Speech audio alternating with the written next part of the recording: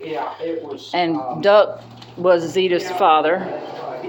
D.B. Teague, actually. Brian Huey Teague. I don't know why they called him Duck. But he was Brian always, Huey Teague. Okay. Yeah, to me he was Mr. Teague. Right. And this was down in Robbins. Yes. And again, if you find his early pieces, they will be stamped hemp. Because he was from hemp. Yeah, that was the name of Robbins early on. Oh, okay. That was the name of Robbins. Yeah. So he had the Cravens with him. Oh yeah, because his wife was Daniel Craven's daughter. And see, Charlie Craven, Farrell Craven was her brothers. Okay. So they worked there.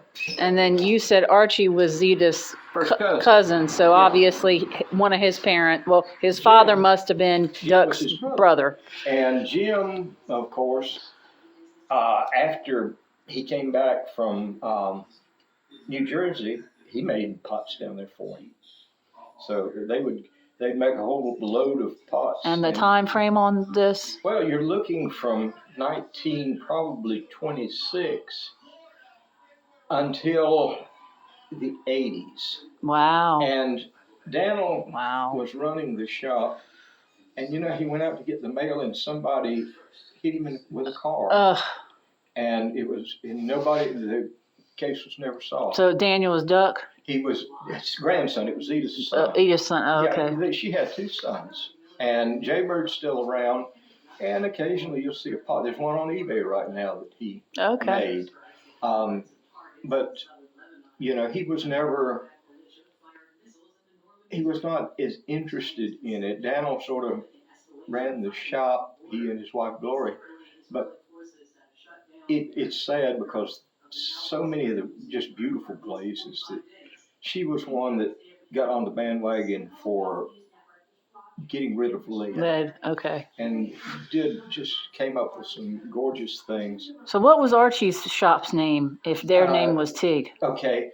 When he opened the shop, the first shop, It was H&T Pottery. Gotcha. Okay. Hancock and Teague, and it was on Mack Road. Okay. That was the shop, late 60s, early 70s. And then he went to work as a fireman. Yes, for 25 years he worked as a fireman. And then, it was Teague Pottery there on 705. But now his first kiln, when he went back, he built a wood kiln here at his property, which is in Ramsey. Okay. He lived in Ramsey. Huh. So he then went back to the family property, what at one point in time was called Longleaf, North Carolina, which is on 705. Okay. Yeah. But Zedith died in January 1976. She had a cerebral hemorrhage and said, she had planned. She was the first pottery instructor at Montgomery Community College. And things, didn't pan out there as well as she'd hoped. And she was getting ready to actually build her own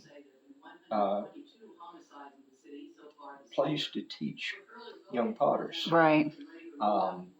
There on the property down at the Teague Pottery. Yeah, and she died, and that was, she told me one thing of interest, and I always think about this. She could be very philosophical, and she said, you only need to read 2 books in your life. And I thought, okay. And I figured, the Bible would be number one. And right. It was. But the other was The Rise and Fall of the Roman Empire by Kids. And she said, watch society and learn. And that, I tell you, I've taken it hard. I'm still reading The Rise and Fall of the, right. It's a book that sits on my nightstand. Because you can really see the world as she saw it. I don't even know if I want to see the world as she saw it, because the world's looking mighty bad right now, if you ask me. Well, I think, but that's what she was trying to get through. We're going to have more problems if we don't go back and see where the fallacies were with the Roman Empire. And she was getting to the point, we're going to end up doing the same thing here in the United States. And we will see. Yes, indeed. Yeah. Yes, I've been rereading indeed. the Constitution. Yep. Yep.